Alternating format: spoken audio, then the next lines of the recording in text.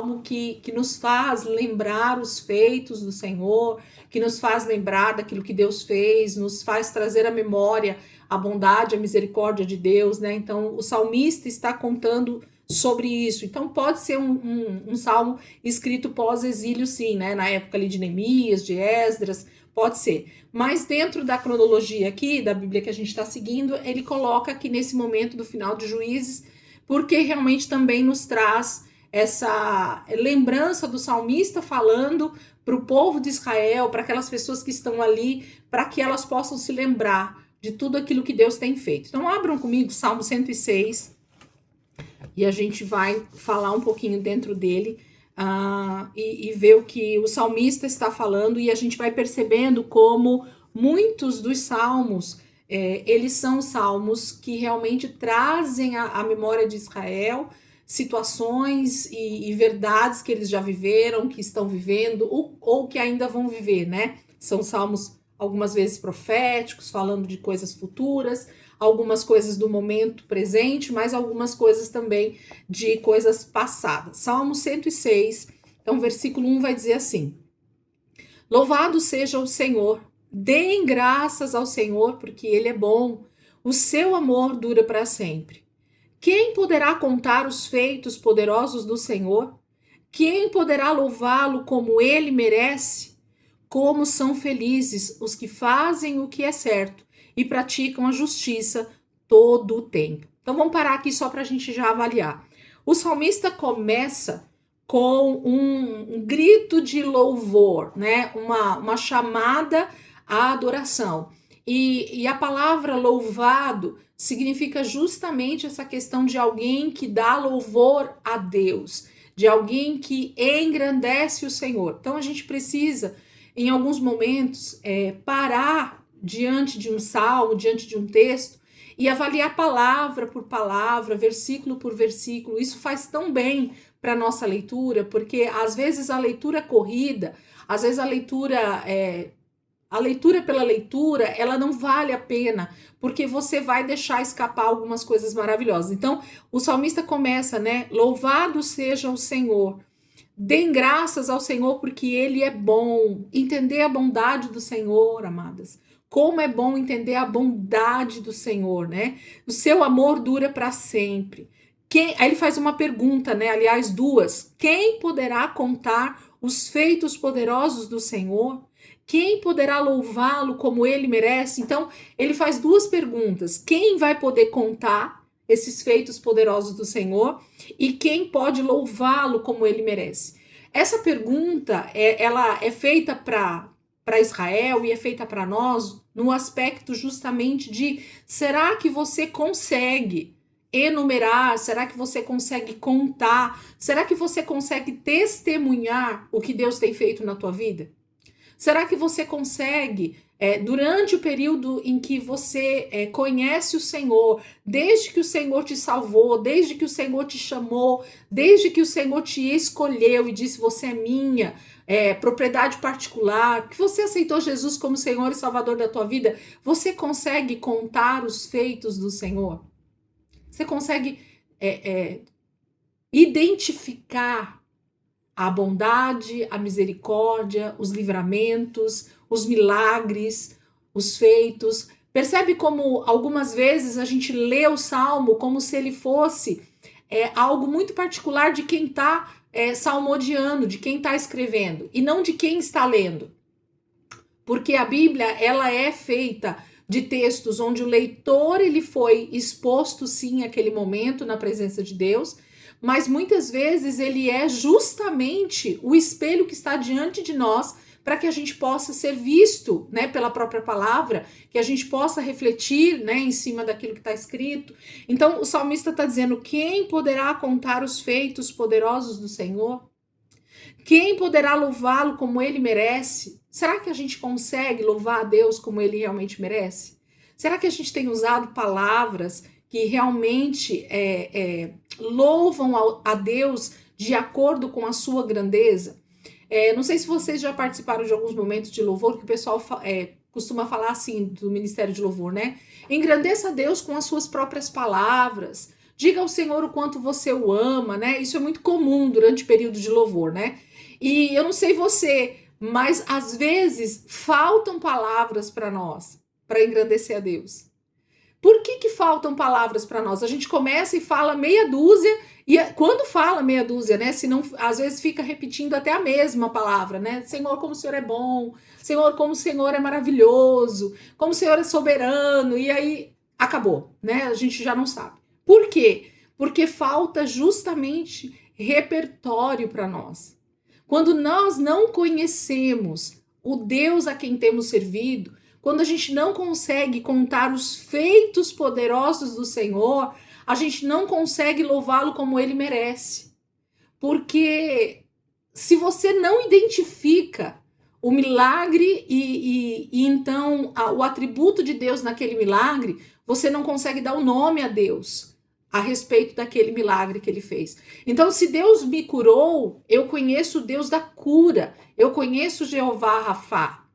Se eu sou alguém alcançada pela misericórdia de Deus, se eu estava num momento de extremo pecado, de maldição eterna, e eu reconheço então a mão de Deus me salvando e me livrando do inferno com a sua misericórdia, então eu consigo, através de contar os feitos, de ver Deus me tirar desse lugar de extremo pecado, eu então, quando vou louvá-lo como ele merece, eu sei o quanto ele é misericordioso, o quanto ele realmente é amoroso, um Deus de amor. Então, as palavras que louvam a Deus, que saem dos nossos lábios, elas têm a ver com o quanto eu conto os feitos do Senhor, o quanto eu consigo identificar o que Deus fez na minha vida ou o que eu tenho visto Deus fazer ao meu redor. Senão eu perco o repertório, porque eu não sei nem identificar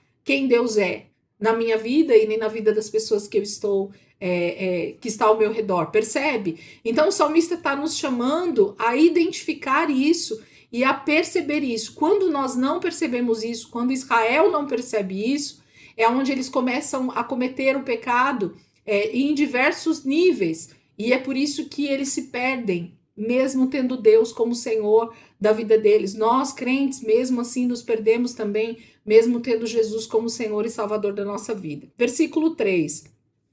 Como são felizes os que fazem o que é certo e praticam a justiça todo o tempo. O Sermão da Montanha vai chamar também de bem-aventurados, né? E esses são felizes aqui, é uma palavra tão poderosa, porque está falando de uma felicidade que não tem a ver com circunstância. Está falando de uma vida feliz, de um contentamento interior que não tem a ver com a circunstância. Que aquela pessoa que mesmo diante de uma total destruição, ela tem uma alegria que procede da própria presença de Deus na vida dela. É a alegria de ter um Deus que ela sabe que é o seu Deus supridor, o Deus que vai vir em favor dela. Então, como são felizes os que fazem o que é certo e praticam a justiça todo o tempo. Gente, entender que fazer o que é certo tem a ver com conhecer a quem nós temos servido. Obedecer a Deus tem a ver com o conhecimento de quem nós temos servido. Então, essas pessoas que entendem que praticar a justiça e fazer o que é certo o tempo todo tem a ver com esse lugar de conhecer a quem eu tenho servido.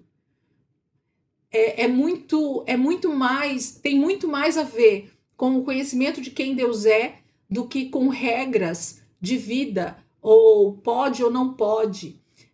Eu muitas vezes me pego vendo, né, algumas circunstâncias em que as pessoas ficam perguntando o pode ou não pode, né? Crente pode isso? Crente não pode aquilo?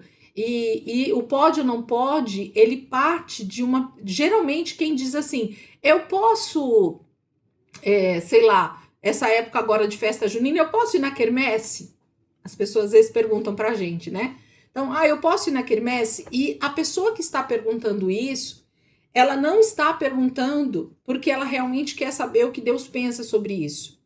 Ela quer que você responda algo em dois aspectos. O primeiro se não pode, então ela tem uma arma poderosa contra aqueles que são livres em Deus e que vão. Então elas falam, olha, você está indo, é pecado, tem um dedo lá apontando para a pessoa que vai. E se eu digo que pode, ela tem então o argumento de dizer assim, foi a pastora Elisângela que falou que pode. Então se ela falou que pode, eu vou, pronto e acabou. Então percebe que não tem a ver com uma pergunta interna para o Espírito Santo. Espírito Santo, eu devo ir? Será que vai ser bom para mim estar naquele ambiente? E isso vale para qualquer outra questão na nossa vida. Então, o pode ou não pode? Nicodemos fica na frente da câmera. A questão do pode ou não pode tem a ver com isso, gente. É um coração que já não está inclinado a saber a verdadeira vontade de Deus para a vida dela. Então, a obediência, ela parte de um coração que não precisa perguntar para o outro o que o outro acha se pode ou não pode.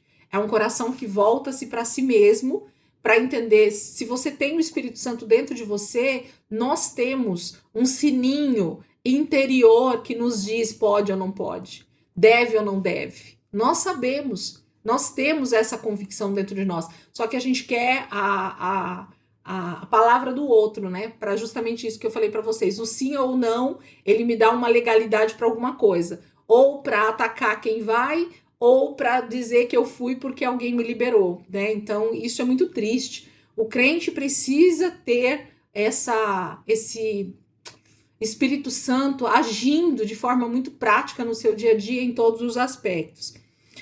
Porque aí você vai praticar a justiça e a bondade e a vontade de Deus sem necessidade de pode ou não pode de outra pessoa.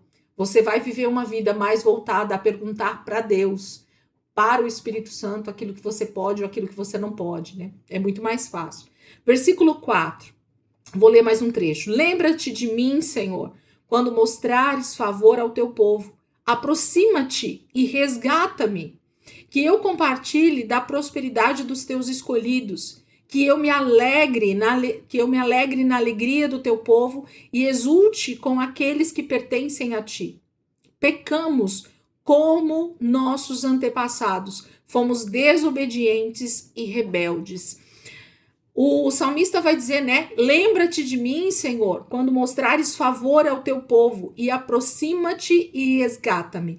Então, a partir daqui, nesse primeiro trecho, o salmista está lembrando justamente não só desse momento que eles estão vivendo de possível opressão, e se é o tempo dos juízes, então nós estamos vendo Israel sendo livre, né, de vários momentos de grande opressão, e se foi esse salmo escrito pós-exílio, depois da Babilônia, né, da libertação deles do período da Babilônia, então ainda mais, o salmista está dizendo, lembra-te de mim quando mostrares favor ao teu povo, quando o Senhor vier em nosso auxílio, quando o Senhor vier nos libertar, quando o Senhor vier nos salvar, lembra-te de mim, né, que eu possa estar dentro desse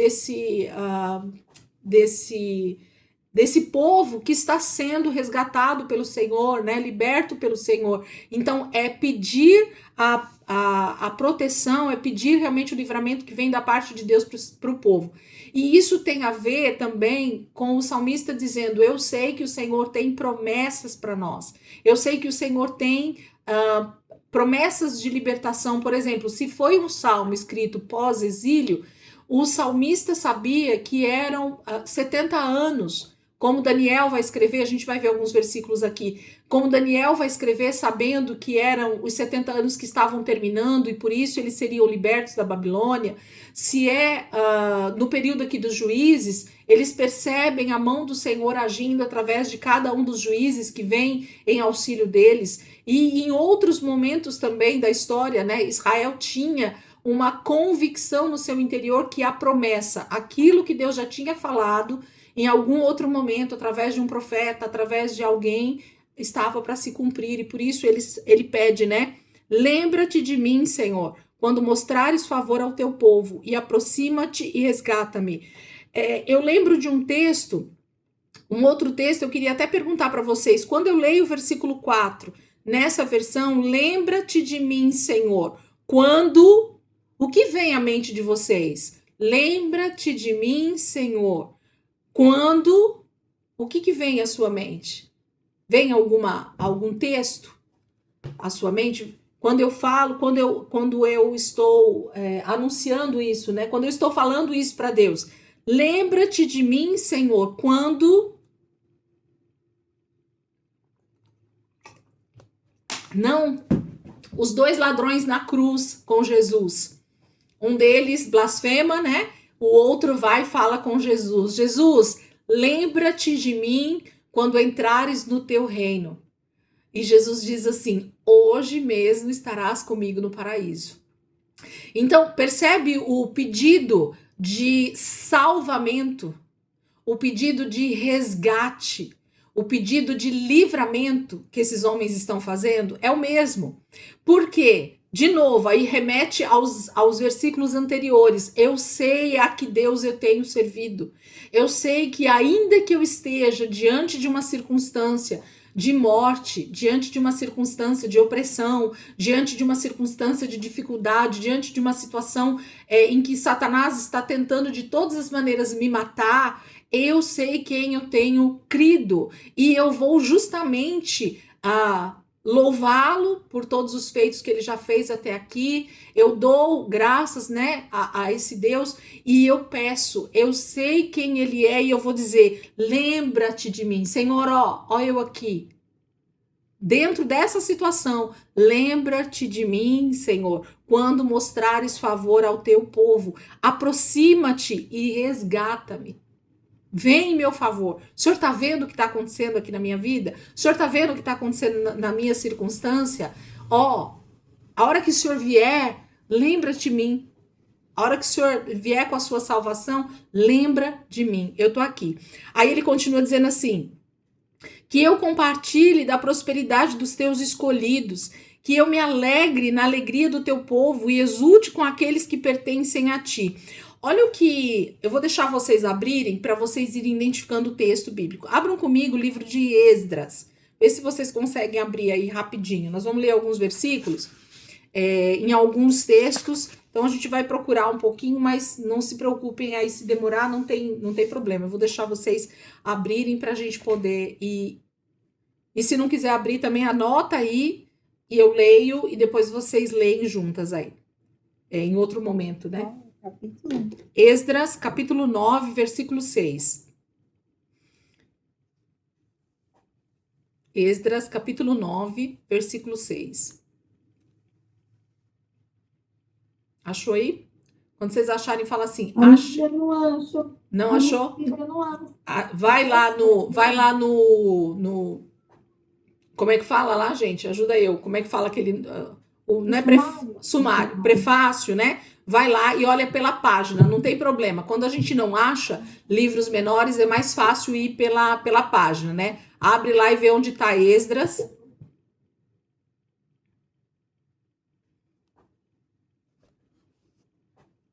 Que é mais fácil.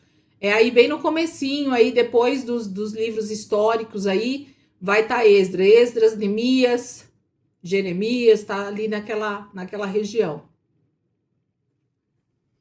Deixa eu achar aqui no meu. É que eu tô com a Bíblia em ordem cronológica, então não adianta nem eu tentar achar aqui, que eu também não vou achar. Não, ele vai tocando, eu vou ouvindo até eu me localizar. Então anota aí, qualquer coisa, anota o texto. Anota o texto, se você tiver com caneta aí. Depois a gente vai ler Neemias também.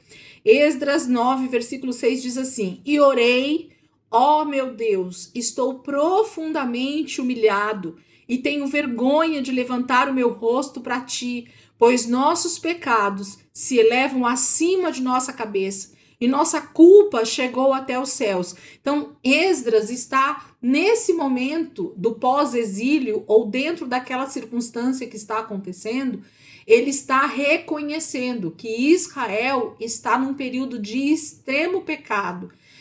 Tudo que tem acontecido com eles tem a ver com o pecado que eles estão cometendo diante de Deus. E esse salmo, ele está aqui no livro, no finalzinho do livro de Juízes, início de Samuel, na ordem cronológica, por causa disso também. É o reconhecimento de que tudo que eles têm passado nesses últimos anos tem a ver com o pecado de Israel, tem a ver com a falta de conhecimento de quem é Deus e de que eles precisam voltar-se para Deus, para buscar a Deus, para ter misericórdia do Senhor, para que o Senhor os alcance e os salve novamente. Neemias 9,16, se vocês quiserem abrir aí ou anotar, Neemias 9,16.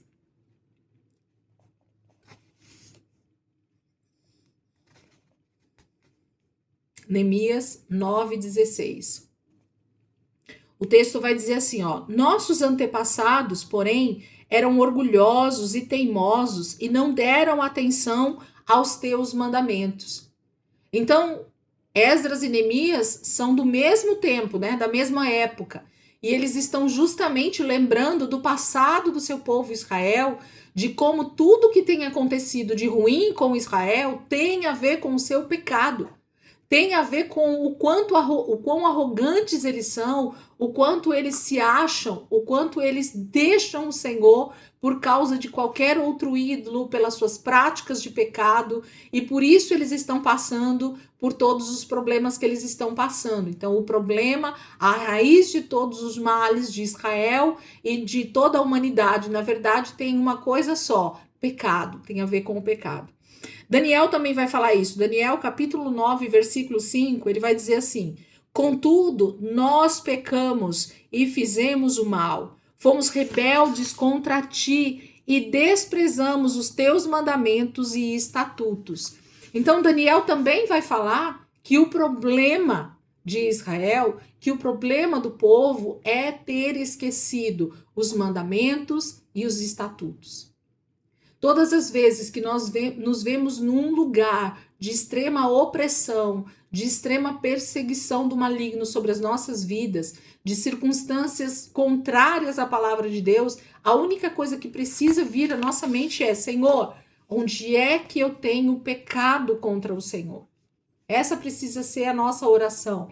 Por quê? Porque o arrependimento trará a libertação automaticamente vinda do Senhor, né? Trará o refúgio para as nossas vidas. Satanás, ele tenta de todas as maneiras nos destruir, mas o Senhor, em todos os momentos, também tenta, né, nos salvar e nos resgatar. Aí o Salmo continua, versículo 7, diz assim: no Egito, nossos antepassados não deram valor às maravilhas do Senhor, não se lembraram dos seus muitos atos de bondade, rebelaram-se contra ele junto ao Mar Vermelho. Assim mesmo, ele os resgatou para proteger a honra do seu nome, para mostrar o seu grande poder. Ordenou que o Mar Vermelho secasse e os conduziu pelas águas como por um deserto. Ele os resgatou das mãos dos seus inimigos e os libertou das garras dos seus adversários. Olha os textos que falam sobre isso. Né? Aqui a gente estava lendo o Salmo 106. Agora olha o que está escrito em Êxodo 14:30. Só anota, depois qualquer coisa você lê aí para ficar mais rápido para a gente seguir. Êxodo 14:30. Foi assim que o Senhor libertou Israel das mãos dos egípcios naquele dia. E os israelitas conseguiam ver os cadáveres dos egípcios na praia. Isaías 49:26, ele também vai falar sobre o que aconteceu no passado. Isaías 49:26 vai dizer assim: alimentarei os seus inimigos com a própria carne deles. Ficarão bêbados com rios do próprio sangue. Todo mundo saberá que eu, o Senhor, sou seu Salvador e seu Redentor, o poderoso de Israel. Então, quando o salmista está dizendo aqui, versículo 7, 8, 9, 10, ele está falando do período em que Deus está livrando o seu povo do Egito. Então, olha como o salmista, nesse salmo que a gente está lendo, 106, ele está trazendo a memória dele, e como isso é um cântico para Israel, né? Os salmos geralmente são cânticos que Israel cantava para se lembrar ou para glorificar, para exaltar a Deus, esse Salmo 106 ele é específico do salmista lembrando Israel sobre o como Deus já tinha feito grandes coisas por eles. Não era de hoje que Israel estava tendo a bondade e a misericórdia de Deus os alcançando. Então ele vai falar sobre esse período do Egito, sobre esse período da libertação, sobre o período de que eles estavam diante do Mar Vermelho, e diante do Mar Vermelho o Senhor mais uma vez mostrou o seu poder abrindo o mar, né, e fazendo eles passarem em terra seca, e depois disso afogando todo o exército de Faraó nesse mesmo mar. Então, Israel tem dois momentos de grande glória, né, naquele momento ali do Mar Vermelho. O primeiro é quando Moisés toca nas águas e as águas se abrem e eles veem esse milagre estrondoso que Deus está fazendo de fazê-los passar em terra seca. Não acabando por aí, já não sendo suficiente passar a pé em terra seca diante de um mar com essa grandeza do poder de Deus, Israel vê os seus inimigos, todos eles, sendo afogados nas mesmas águas que eles acabaram de passar com elas abertas. Então, um mesmo momento, Israel passa por dois milagres extremamente grandiosos que Deus está fazendo. O salmista está lembrando isso, gente. Sabe assim, quando a gente começa a lembrar de algumas coisas, às vezes tão pequenas que Deus faz, né? A gente já agradece. A gente já fica grato pela misericórdia, pela graça, pelo amor. Imagina ter visto isso, gente, com os próprios olhos. Eu fico pensando sobre isso, mas ao mesmo tempo, olha como isso é até um paradoxo, né? Israel foi o povo que realmente viu com seus próprios olhos, literalmente, a mão do Senhor se manifestando com grandes milagres e prodígios enquanto eles eram libertos ali do Egito, enquanto eles andavam pelo deserto, o maná caindo todos os dias, e tudo que a gente sabe que aconteceu ali, né, durante esse período dos 40 anos que Israel permaneceu no deserto. E por que então, gente, eles não eram crentes de verdade? Já parou para pensar? Por que eles realmente não se tornaram pessoas extremamente fiéis a Deus diante de tantos milagres e prodígios e maravilhas que eles viram?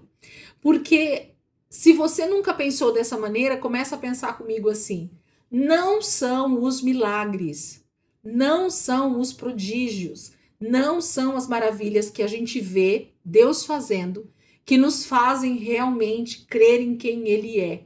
Mesmo que a gente participe ou seja parte desse milagre.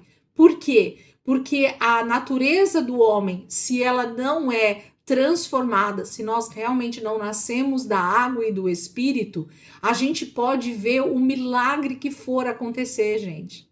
Isso não muda a nossa natureza. Entende? Porque você pode ver o paralítico andar. Se você não nasceu de novo da água e do Espírito, você vai dormir e acordar e no dia seguinte aquilo só foi um milagre que Deus fez ontem. Entendeu? Não são os milagres que me fazem não pecar. Por isso que quando Jesus também esteve aqui e permaneceu e seu ministério foi grandioso, a gente consegue perceber isso nitidamente, de que a multidão era só uma multidão. Não eram verdadeiros discípulos. Não foram pessoas que realmente se converteram ao Senhor. Eles estavam ali porque eles estavam interessados naquilo que Jesus podia dar para eles. Mas não havia um novo nascimento acontecendo em todas aquelas pessoas. Somente aqueles que nasceram de novo é que perseveraram depois da morte e ressurreição de Jesus. Mas todo o restante viu milagres, prodígios e maravilhas que Jesus fez. Gente, pensa toda a multidão que estava ali reunida diante do sepulcro de Lázaro. E Jesus diz: Lázaro, vem para fora. E vê aquele morto saindo depois de 4 dias. Era para ter um avivamento ou não era? Era para, no mínimo, todas aquelas pessoas que estavam ali se converterem automaticamente e elas ainda irem, né, para suas casas, para os seus vilarejos, para onde fosse, e elas contarem esse milagre com tanto fervor que, no mínimo, muito mais pessoas se converteriam. E a palavra de Deus não vai mostrar em nenhum momento que a partir desses milagres haviam verdadeiros avivamentos ali em Jerusalém. Porque, na verdade, milagre, prodígios e maravilhas são coisas que Deus faz para mostrar realmente quem Ele é para a humanidade, mas que não demonstram em nós o verdadeiro arrependimento e conversão. Então, Israel foi um povo que viveu, talvez, os maiores milagres que Deus fez a olho nu, literalmente. Eles foram vendo os prodígios e maravilhas que Deus foi fazendo através de Moisés, Josué e tudo mais, e ainda assim eram esse povo que nós estamos lendo dentro do livro de Juízes, o tempo todo, extremamente rebeldes, se voltando para outros ídolos, adorando outros ídolos, pecando contra o Senhor e fazendo tantas coisas. Percebem que não é os milagres que Deus faz na minha vida que vão fazer com que realmente eu permaneça fiel com Ele até o fim. Então, que a nossa vida seja muito mais pautada na própria palavra, na verdade de Deus, em quem Deus é, e não naquilo que Ele tem feito ou pode fazer por mim.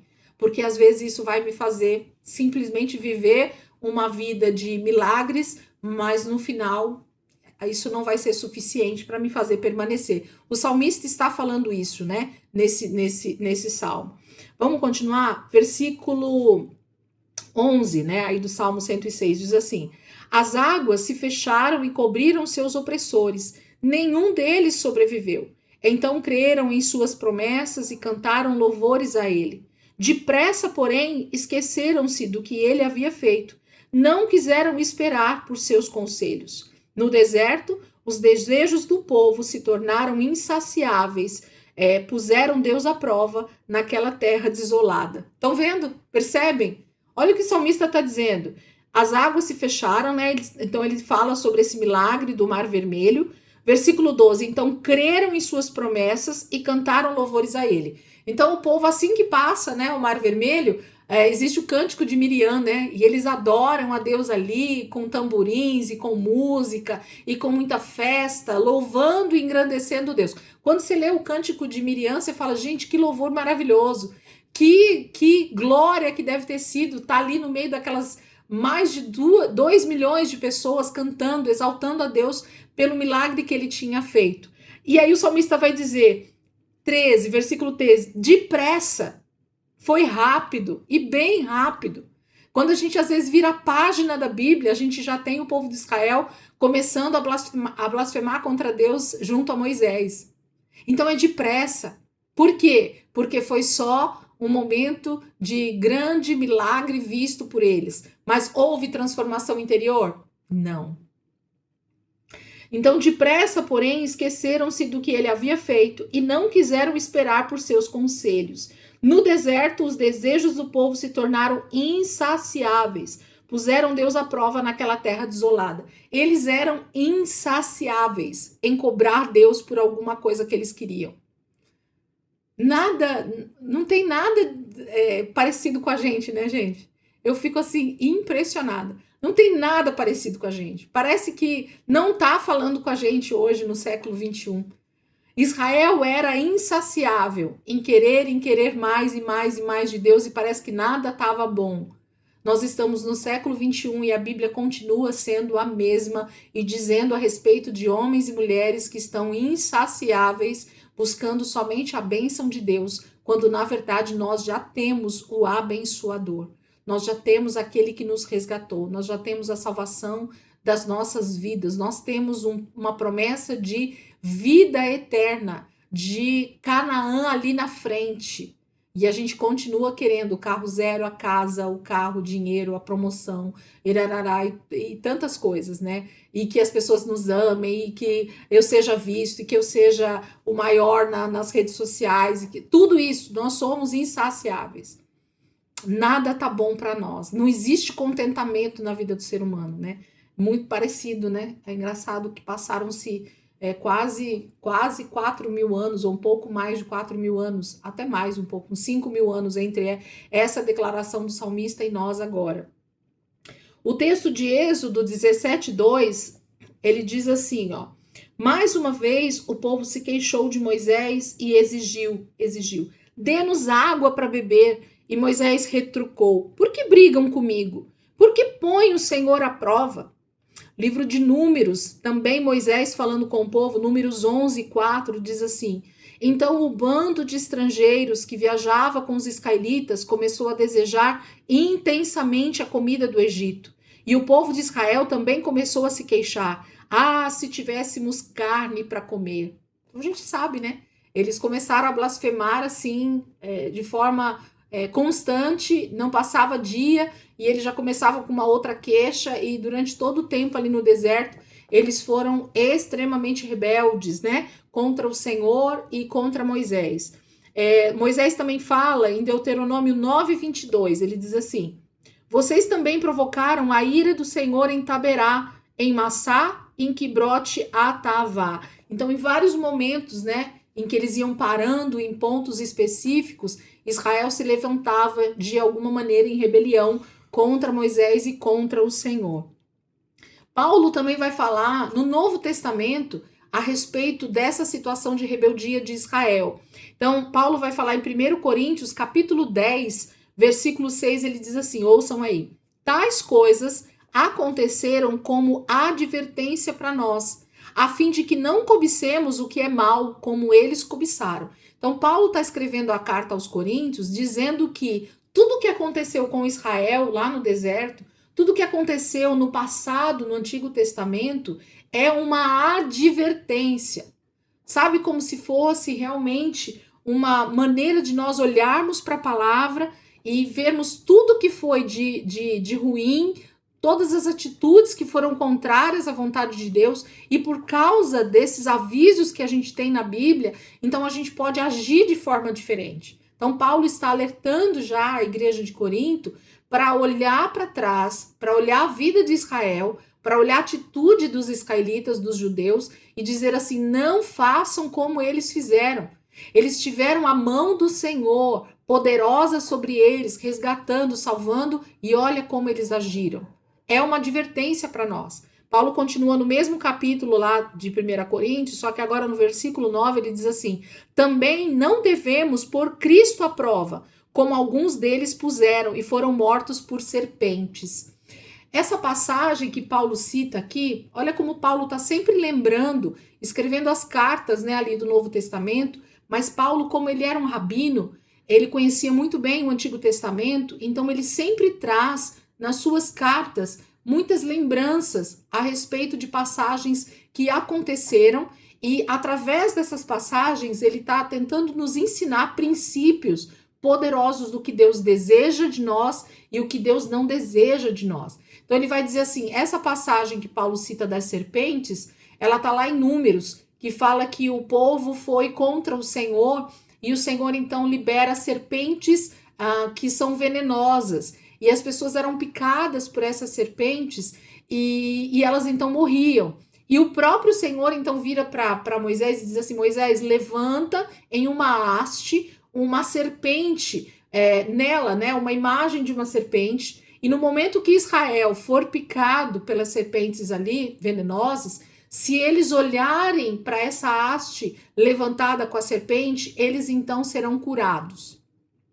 Essa passagem vale a pena a gente olhar. Abre comigo, gente, Números. Eu vou abrir com vocês só para vocês perceberem o pecado de Israel e como isso afeta diretamente Números. Deixa eu só ver o capítulo aqui certinho. No sábado, a gente estava aqui no nosso encontro de mulheres aqui em casa, e essa passagem, inclusive, veio à tona. Foi tremendo como Deus ministrou as nossas vidas aqui. Números 21.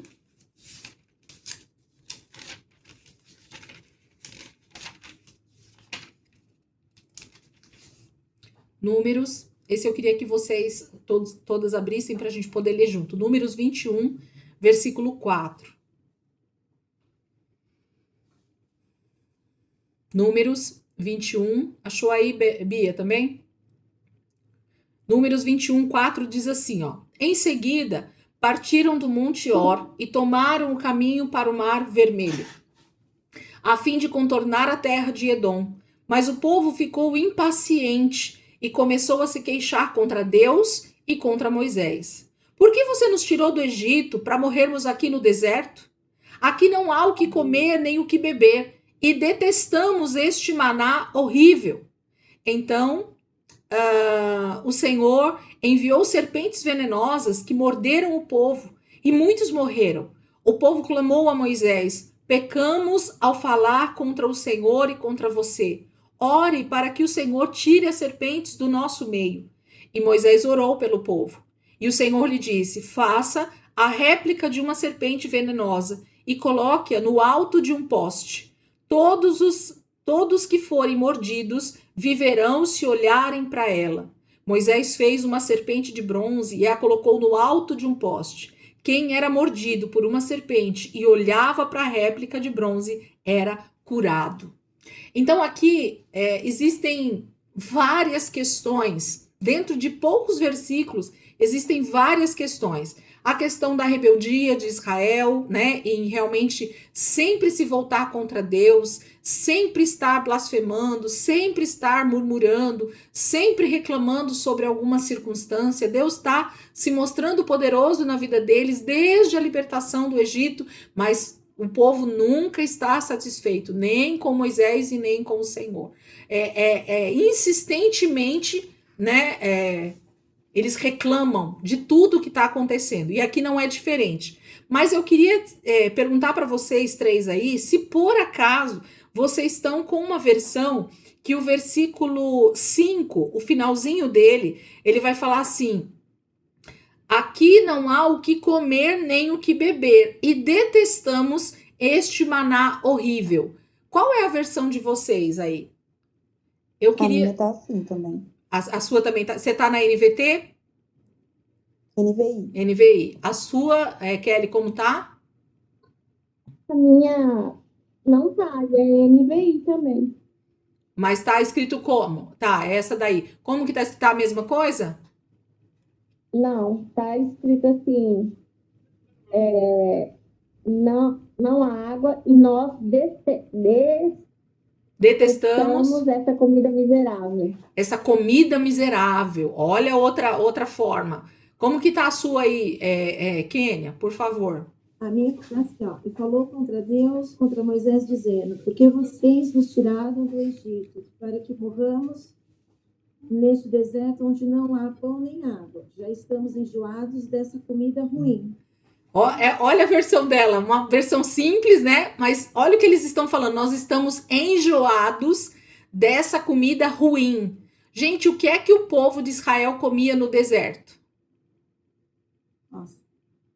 O que eles comeram no deserto durante os 40 anos? Maná. Maná. O que era o maná? Ela tinha uma farinha, não era? Uma pasta, não sei, não era? E vinha da onde o maná? Do céu. Do céu. A palavra vai dizer que o maná é o pão que desceu do céu para eles e que eles comiam todos os dias. Qual é a representação, gente? O que Deus está mostrando para Israel durante toda essa jornada de 40 anos com o maná? O maná é Cristo sendo dado todos os dias, alimentando o povo de Israel. E isso de forma física, porque diz que o maná tinha todos os nutrientes necessários para a vida humana. Eles literalmente comeram maná durante 40 anos e eles não ficavam doentes, eles não tinham problemas de saúde, as crianças cresciam normalmente. Você já parou para pensar nisso? Então, e não só fisicamente, né, mas era algo espiritual. Então Deus estava já mostrando para o povo dele que havia um alimento que eles teriam diariamente diante deles para eles comerem, e isso traria forças para eles perseverarem, para eles continuarem caminhando. O contexto é muito forte, é muito poderoso. O maná é o pão vivo que desceu do céu. Quem é o pão vivo que desceu do céu para nós? Cristo, Jesus. Então, imaginem que Israel estava comendo todos os dias um pedacinho de Cristo. Sabe, nós na ceia, comendo de Cristo e sendo alimentados espiritualmente. Olha o poder disso tudo. E aí, exatamente nessa passagem, o povo de Israel faz essa murmuração. Nós não aguentamos mais comer esse pão que desce do céu. É a mesma coisa que o crente dizer assim: eu não aguento mais tomar a Santa Ceia e ficar comendo um pedaço do corpo de Cristo. Percebe qual é o nível de murmuração de Israel nesse momento? Eles não estão reclamando com Moisés a respeito de uma comida que eles estão enjoados, pura e simples. Não, eles estão falando contra Deus a respeito de uma alimentação espiritual que eles estão recebendo da parte de Deus e que tem suprido a sua vida física e espiritual.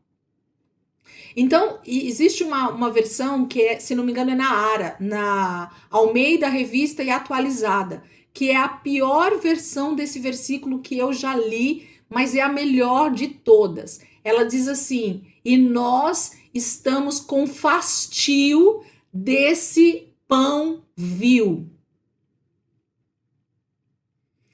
É muito forte isso, gente. Você imagina Deus ouvindo essa frase da boca do seu povo? Percebe o nível de rebeldia do coração? Gente, o homem pecador, ele é terrível. Nós somos terríveis na nossa natureza de pecado. Sem Cristo, sem a transformação do Espírito em nós, nós somos isso. Nós somos insatisfeitos, nós somos arrogantes, nós somos prepotentes, nós somos inconsequentes. A gente fala só bobagem diante de Deus. A gente está sempre insatisfeito com tudo que Deus está fazendo, nada tá bom. Deus tem nos alimentado todos os dias com a sua palavra. O pão que desce do céu, ele está disponível para mim e para você todos os dias quando a gente abre a Bíblia. Mas a gente diz: eu não aguento mais essa vidinha de crente. Entende? A gente nunca está satisfeito com o que Deus está nos dando. E é isso que Israel está vivendo nessa passagem. E é por isso que Deus permite que as serpentes, ele põe literalmente ali no deserto, serpentes venenosas. E essas serpentes, então, mordiam Israel, o calcanhar, o pé, a perna deles, e eles morriam, literalmente por causa do veneno da cobra. O que Deus está mostrando? Vocês não querem mais o pão vivo que desceu do céu? Então eu vou entregar vocês para a serpente venenosa. Quem é a serpente na Bíblia, gente? Diabo. Você não quer pão vivo, então? Então você quer aquele que tem te atormentado. Ser liberto por mim não é suficiente? Então seja atormentado pela serpente. Morra por causa do seu pecado. Então eu tenho livrado vocês da serpente, mas vocês desejam a serpente o tempo inteiro. Vocês nunca estão satisfeitos comigo. Então Deus manda justamente essa figura, né, da serpente, que é desde o Éden, aquele que realmente é o que nos oprime, o que nos leva para o pecado, o que tenta nos destruir de todas as maneiras. E aí também tem um contexto enorme a respeito dessa serpente aí. Mas mais do que isso, aí Deus faz exatamente o antídoto. De onde vem, gente, o antídoto para as cobras, para as serpentes? Delas mesmo, né? Então o antídoto para Satanás é ele mesmo. Vamos dizer assim. E aí Deus faz o quê? Aí Deus faz assim: Moisés, pega uma haste, um poste, um pau, né? Sei lá como é que era essa haste.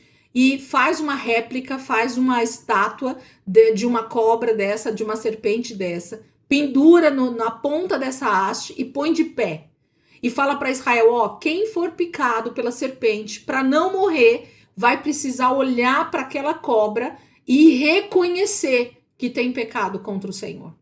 Você vai ter que olhar para a cobra e perceber que é ela que está te dando o livramento. Então, Jesus já está sendo, inclusive, apontado nessa haste também. Ainda que a imagem ali era da serpente, mas Deus estava dizendo assim: se você está picado pela serpente, Se o diabo tem picado a tua vida, se você está em pecado, se você tem pecado contra Deus, olha para o pecado, para o seu pecado e seja salvo. Então, quando nós olhamos para a cruz, nós estamos justamente olhando para Cristo, só que nós não estamos olhando simplesmente para Cristo. Nós estamos olhando para o nosso pecado que está nele, porque ele levou o nosso pecado. Então, quando eu reconheço que Cristo é o responsável para que eu não morra, quando Israel olhava para aquela cobra, eles também estavam reconhecendo que eles não seriam mortos, porque eles estavam reconhecendo o seu pecado diante de Deus. Percebem? Então, no meu entendimento, tem a ver com essa murmuração do pão, né, do maná. Por isso que eles recebem as serpentes, né? É como se dissesse assim, vocês não querem o pão vivo? Então, vou dar para vocês o que vocês gostam, né? A serpente, o diabo, oprimindo a vida de vocês e matando a vida de vocês. Então, Israel, gente, no Antigo Testamento, ele é a imagem exata do pecador que não consegue reconhecer o seu pecado e então se desvencilhar disso, reconhecer, se arrepender profundamente e se voltar para Deus, olhar para a palavra de Deus e ver nela o alimento que realmente sacia a sede, sacia a fome e tudo mais. Vamos continuar no Salmo para a gente poder terminar? Na verdade, eu vou fechar aqui, faltam só 4 minutos. Eu vou sair, meninas, vocês já entram de novo rapidinho para a gente continuar e conseguir terminar o Salmo 106.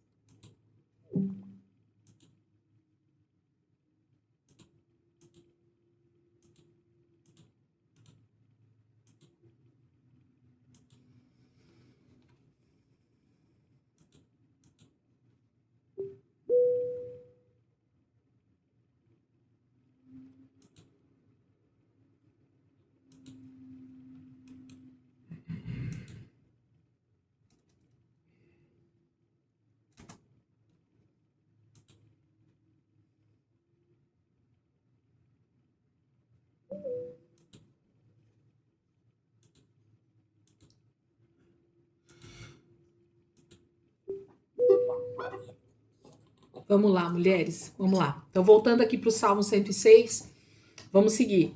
Ele vai dizer assim no versículo... Deixa eu pegar onde que nós paramos aqui. Versículo 15. Ele atendeu aos seus pedidos, mas também lhes enviou uma praga.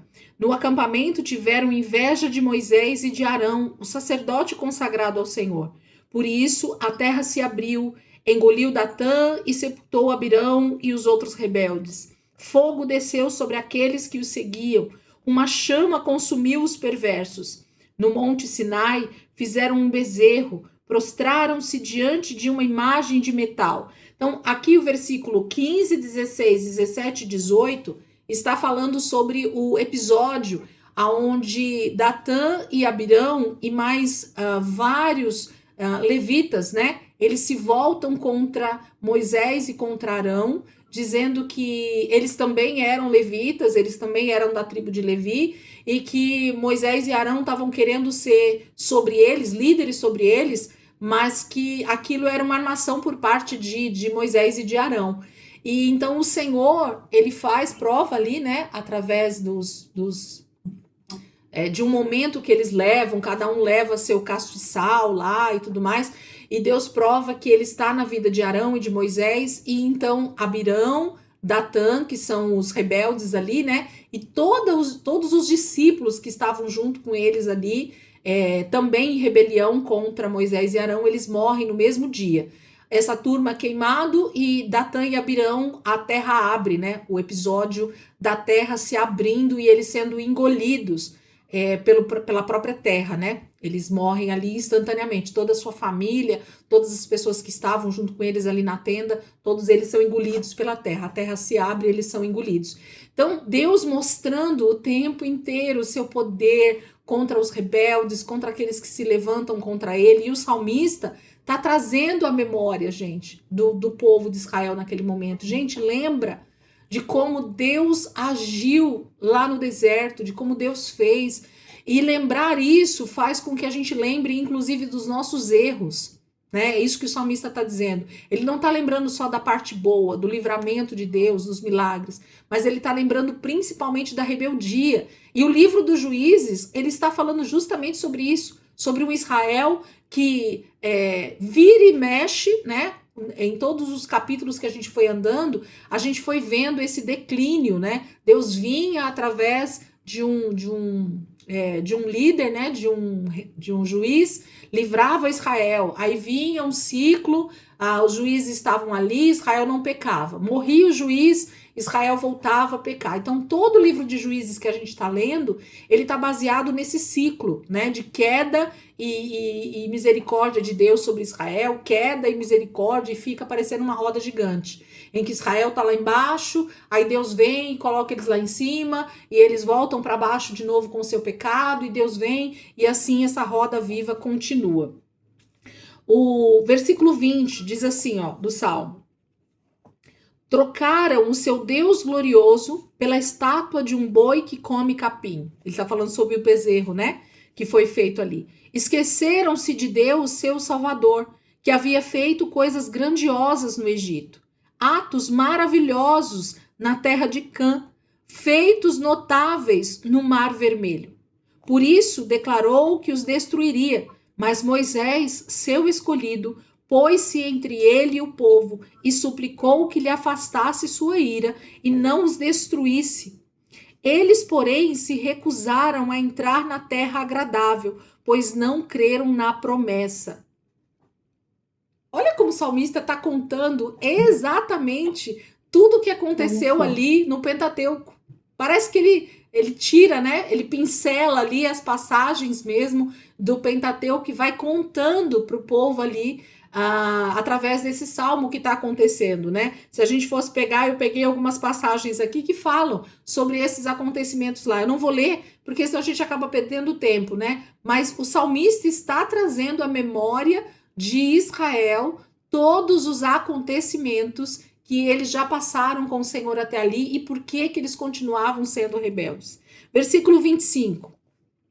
Em vez disso, resmungaram em suas tendas e não deram ouvidos ao Senhor. Assim, ele jurou solenemente que os mataria no deserto, que dispersaria seus descendentes entre as nações e os enviaria para o exílio em terras distantes.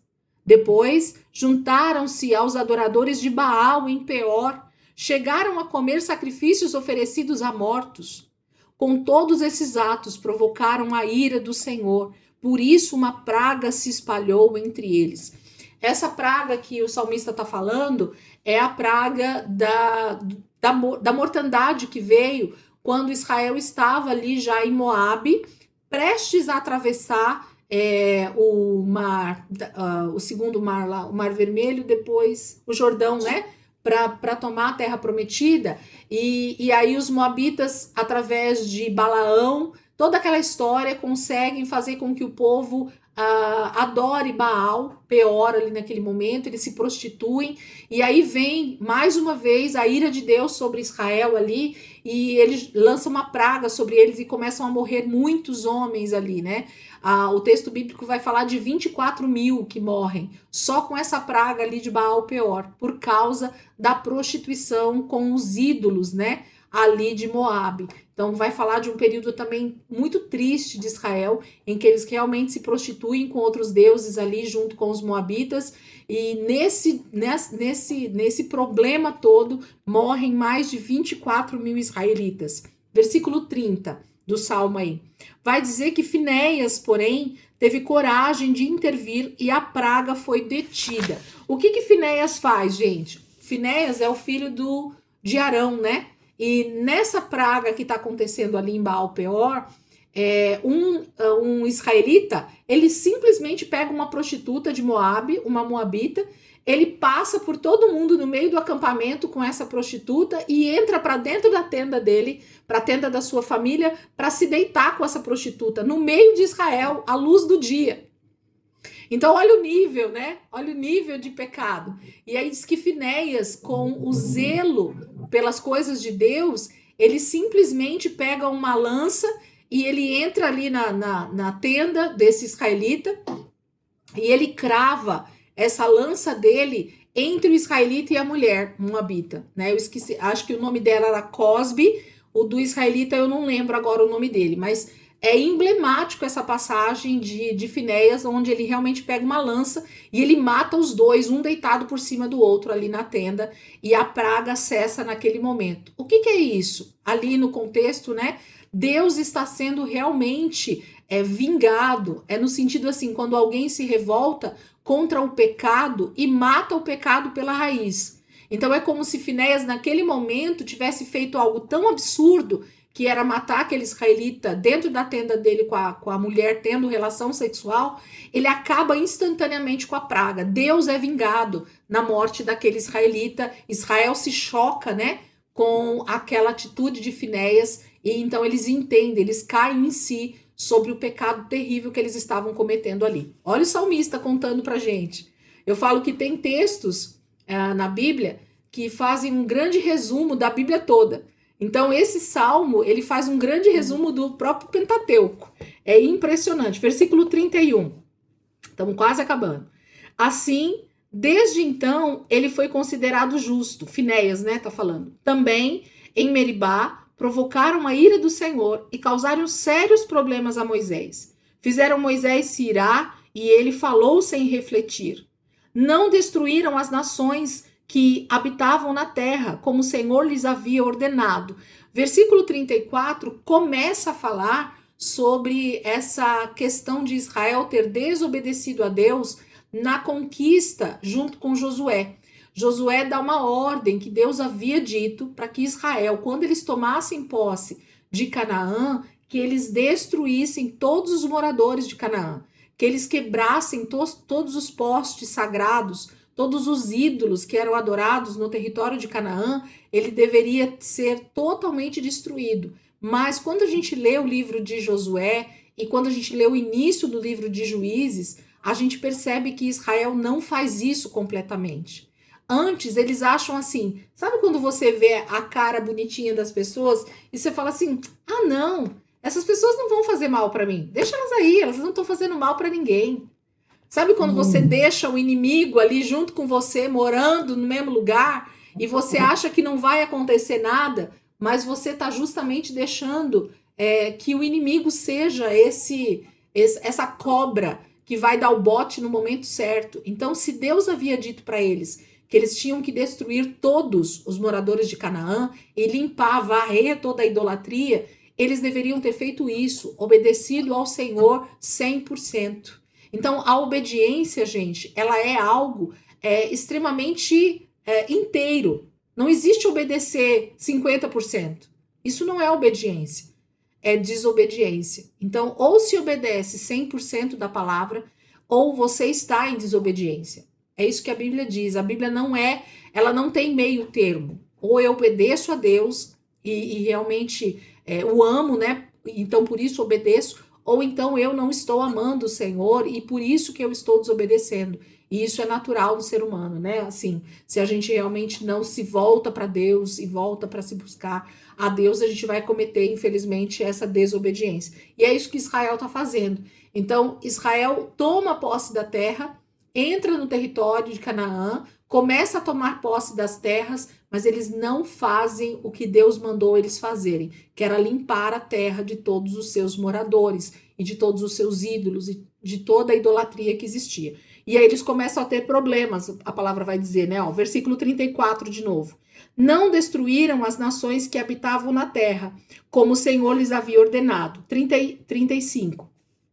Em vez disso, misturaram-se com elas e adotaram seus costumes. Adoraram ídolos estrangeiros, o que causou sua ruína. Chegaram a sacrificar aos demônios os seus filhos e filhas. Lembra de Jefté na aula passada?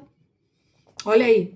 Derramaram sangue inocente, o sangue de seus filhos e filhas, ao oferecer sacrifícios aos ídolos de Canaã. Contaminaram a terra com sangue. Versículo 39.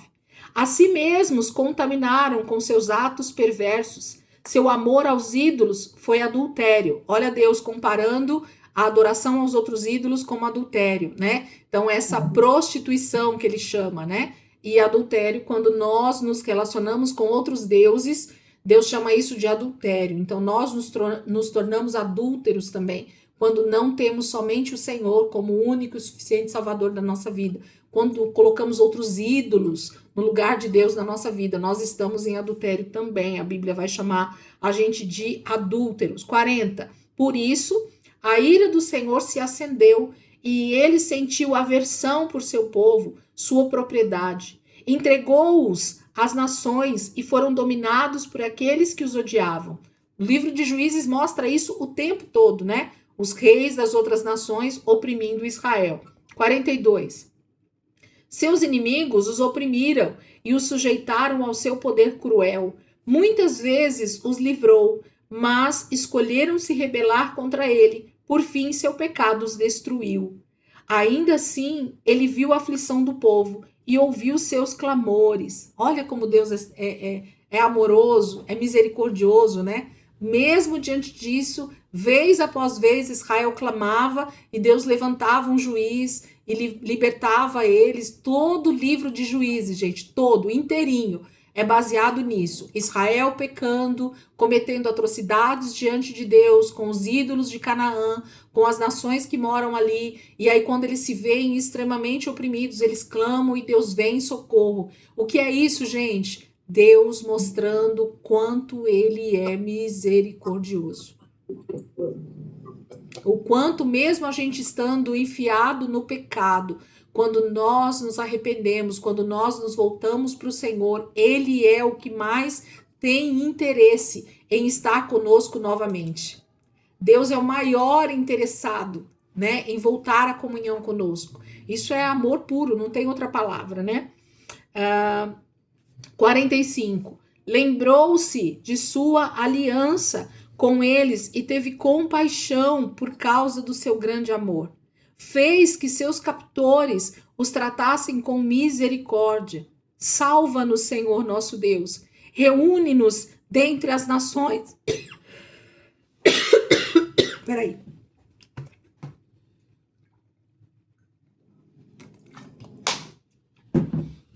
Versículo 47 de novo. Salva-nos, Senhor nosso Deus. Reúne-nos dentre as nações para darmos graças ao teu santo nome, para nos alegrarmos no teu louvor. Louvem o Senhor, o Deus de Israel, que vive de eternidade a eternidade. Todos digam amém, louvado seja o Senhor. Então o salmista termina dizendo que ele conhece o grande amor de Deus, né? E por isso Israel deve se lembrar dele, deve louvá-lo como ele merece. Lembra do chamado dos primeiros versículos? Quem pode contar os feitos do Senhor? Quem pode? Quem consegue realmente fazer um salmo como esse? Lembrando, né? Tintim por tintim do que Deus foi fazendo ao longo da história. Foi o que eu falei para vocês. Será que a gente consegue descrever a nossa jornada com Cristo? Será que a gente consegue lembrar do grande amor de Deus conosco, ano após ano, durante esses anos que a gente tem estado com Ele? Será que, né, a nossa vida ela tem sido um verdadeiro milagre diante de Deus e a gente consegue contar esses feitos do Senhor? Né? Então, o salmista nos chama a essa reflexão, a olhar para os nossos pecados. Inclusive Israel tinha que olhar ali para o quanto eles tinham realmente, seus antepassados, né? O quanto eles tinham pecado contra o Senhor, mas o quanto Deus continuava sendo bom, o quanto ele continuava sendo misericordioso, o quanto ele continuava sendo Deus sobre a vida deles. Isso é o amor de Deus sobre as nossas vidas, né? É maravilhoso. Deixa eu ver a hora aqui, gente. Falta 9 minutos. Vamos lá para o texto. Continuando, né, o nosso estudo, nós estamos lá agora em 1 Samuel, capítulo 1. 1 Samuel, capítulo 1, versículo 24. É a sequência aqui. Terminamos o Salmo 106. A gente entra agora, 1 Samuel, capítulo 1, versículo 24. Vai ser a dedicação de Samuel. Lá no comecinho, Kênia, tá? Já tô.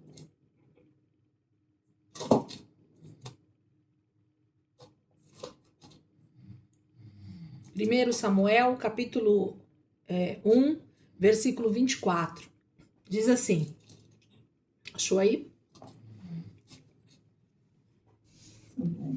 achei. 1 Samuel, capítulo 1, versículo 24, diz assim: Depois de desmamá-lo, levou o menino, ainda pequeno, à casa do Senhor em Siló, com um novilho de 3 anos de idade, uma arroba de farinha e uma vasilha de couro cheia de vinho. Eles sacrificaram o novilho e levaram o menino a Eli. E ela lhe disse: Meu senhor, juro por tua vida que eu sou a mulher que estive aqui ao teu lado, orando ao Senhor. Era este menino que eu pedia, e o Senhor concedeu-me o pedido. Por isso, agora, eu o dedico ao Senhor. Por toda a sua vida será dedicado ao Senhor. E ali adorou o Senhor. Então, esse é o momento, então, que agora a Ana vai até o templo, né, até o tabernáculo, que está montado ali na cidade de Siló. E Eli é o sacerdote ainda naquele momento, junto com seus filhos. E então Ana entrega, né? Faz essa oferta ao Senhor, não somente uma oferta de novilho, de farinha e de vinho, que era uma oferta de dedicação ao Senhor naquele momento por um filho primogênito, mas muito mais que isso, a promessa que ela fez, né, ao Senhor na sua oração, em que ele achou que ela estava bêbada, ela então cumpre nesse momento. Os estudiosos falam que Samuel devia ter, em média, ali de 5, 6 anos de idade, aproximadamente, né? Uma criança, ela era desmamada já nessa idade, naquela época, né? Porque tinha-se total liberdade, essas mulheres viviam ali, né? Como mulheres da casa mesmo, cuidando dos afazeres da casa e dos filhos. Então, uma criança, se ela quisesse mamar até essa idade, né, no peito da mãe, ela tinha toda a liberdade, independente de já estar se alimentando e tudo mais. Então, era uma maneira de aproximar, né, de cuidar. E eu digo mais, eu acredito que essas mulheres hebreias, as mulheres judias, elas tinham esse costume, as israelitas, perdão, é uma mistura, né, hebreia, judia e israelita, tudo a mesma coisa, mas cada época aqui é falado de um jeito. As israelitas, elas tinham esse costume, eu acredito que até para permanecer mais tempo em contato mesmo com a criança. Por quê? Porque uma criança desmamada, em certo ponto, ela era uma criança que já era levada, por exemplo, pelo pai para fazer os serviços, né, que ele fazia, para ter o mesmo trabalho que o pai tinha. Desde muito cedo as crianças eram ensinadas já a estar junto com a família ali no seu trabalho. Então, se o pai era uma agricultora, essa criança já ia caminhando com o pai lá para a lavoura, para cuidar da lavoura. Se o pai cuidava de animais, essa criança já ia. Então, a mãe dava um jeitinho de segurar mais tempo possível ali a criança perto dela, né? Então, enquanto a criança mamasse no peito, ela não podia ser liberada para ir trabalhar com o pai, né? Então, eu acredito que era isso.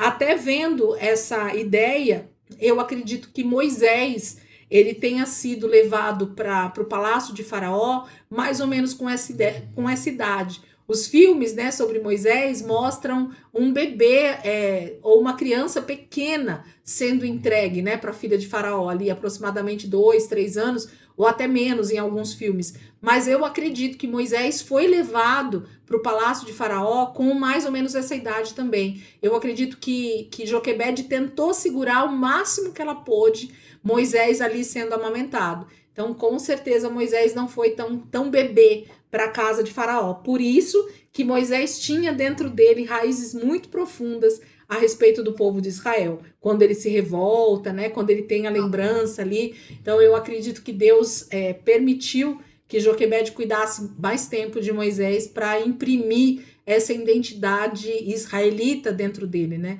Então, independente dele ser lá criado com o Faraó, ele tinha uma identidade muito forte da sua mãe, no tempo em que ele permaneceu ali com ela. E aqui Samuel não é diferente. Então, esse menino tem aproximadamente ali 5, 6 anos de idade e ele é levado pela mãe, por Ana, para o templo, para ser entregue, então, como um sacrifício diante do Senhor. Ele é o próprio sacrifício ao Senhor ali naquele momento. E eu falei para vocês na aula passada sobre essa questão de Ana, que eu acredito que o tempo oportuno para que Ana tivesse Samuel era esse, gente. Eli e os seus filhos, nós vamos perceber ao longo da história aqui agora, o tabernáculo, os sacerdotes, eles estavam também se corrompendo demais nesse tempo já aqui do nascimento de Samuel. Então a gente sabe que Deus já estava olhando para os seus sacerdotes, para o trabalho sendo feito ali no tabernáculo com muita tristeza, porque já havia pecado, inclusive, no meio dos levitas e dos sacerdotes. Então, todo aquele desejo de Deus de fazer com que esse povo, essa tribo de Levi fosse santa diante dele, fossem homens totalmente voltados para o Senhor, em santidade, em submissão à palavra, em estar em contato com o Senhor, isso já estava um pouco distante daquilo que Deus desejava. Eli já não era um bom sacerdote, seus filhos, Ofni e Finéias, também já não eram bons levitas e sacerdotes ali junto com seu pai, e o tabernáculo já estava corrompido também pelo pecado. Então, haviam atitudes que estavam totalmente contra, né, os princípios de Deus ali justamente dentro do próprio tabernáculo. Então, imagine a tristeza. Então, Deus, nesse momento, provê para si mesmo, um sacerdote que vai ser segundo o seu coração. Então, Samuel vem exatamente nesse momento, e a gente vai ver esse menino agora sendo criado por Eli, dentro ali do tabernáculo, dentro dessa casa, né, que era dos sacerdotes, e a gente vai ver o desenvolvimento de um menino totalmente voltado com o seu coração para Deus. A aula de hoje a gente termina então com a oração de Ana, e semana que vem eu vou voltar um pouquinho nessa oração, por uma questão de mostrar alguns pontos importantes dentro dela para nós. Mas vamos ler 1 Samuel, capítulo 2, versículo 1 até o final, eu acredito aí, né, até o versículo 10. É a oração que Ana faz assim que ela entrega Samuel para Eli. Ela diz assim: então Ana orou ao Senhor. Meu coração exulta no Senhor. No Senhor minha força é exaltada. Minha boca se exalta sobre os meus inimigos, pois me alegro em tua libertação. Não há ninguém santo como o Senhor. Não há outro além de ti. Não há rocha alguma como o nosso Deus. Não fale então orgulhosamente, nem saia de suas bocas tal arrogância, pois o Senhor é Deus sábio. É Ele quem julga os atos dos homens. O arco dos fortes é quebrado, mas os fracos são revestidos de força. Os que tinham muito agora trabalham por comida, mas os que estavam famintos agora não passam fome. A que era estéril deu à luz 7 filhos, mas a que tinha muitos filhos ficou sem vigor. O Senhor mata e preserva a vida. Ele faz descer a sepultura e dela resgata. O Senhor é quem dá pobreza e riqueza. Ele humilha e exalta. Levanta do pó o necessitado e do monte de cinzas ergue o pobre. Ele os faz sentar com os príncipes e lhes dá lugar de honra, pois os alicerces da terra são do Senhor. Sobre eles estabeleceu o mundo. Ele guardará os pés dos seus santos, mas os ímpios serão silenciados nas trevas, pois não é pela força que o homem prevalece. Aqueles que se opõem ao Senhor serão despedaçados. Ele trovejará do céu contra eles. O Senhor julgará até os confins da terra. Ele dará poder a seu rei e exaltará a força do seu ungido. Ana está fazendo uma oração extremamente profética. Ana não está só orando a Deus, agradecendo uma criança que ela está entregando no templo. Ela, mais uma vez, está tão cheia de Deus, da alegria que vem do Senhor, do próprio Espírito de Deus ali, em estar sendo a ponte de Deus, né, para esse momento da história. Ela está sendo o veículo que Deus usou para que nascesse Samuel, para que nascesse esse menino que iria fazer toda a diferença ali no tabernáculo a partir desse momento.